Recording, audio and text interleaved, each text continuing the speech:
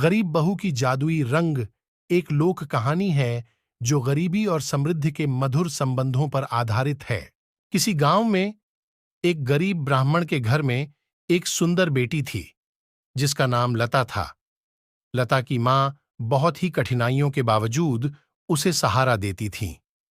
एक दिन लता के पिता ने उसे कहा, बेटा, तुम्हें अपने भाग्य को बदलने के लिए कुछ करना होगा। वह अपने पिता के कहने पर एक प्राचीन विद्या का अध्ययन करने के लिए नगर में चली गई। वहां उसने एक जादुई रंग का जादू सीखा जो किसी के भी भाग्य को बदल सकता था। लता उस जादू को अपनाकर अपने गांव में लौटी और वहां उसने अपने परिवार की गरीबी को दूर करने के लिए उसे प्रयोग किया। उसके जादूगरी रंग ने उसके और उसके परिवार के जीवन को समृद्धि से भर दिया।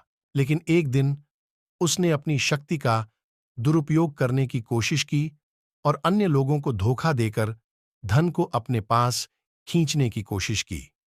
परिणाम स्वरूप उसका जादू उस पर काम नहीं किया और वह अपने ही प्राणों को खो दिया। इस कहानी से हमें यह सीखने को मिलता है कि समृद्धि को पाने के लिए हमें अपने कौशल का उपयोग सही तरीके से करना चाहिए और उसे दूसरों के हित में ही इस्तेमाल करना चाहिए।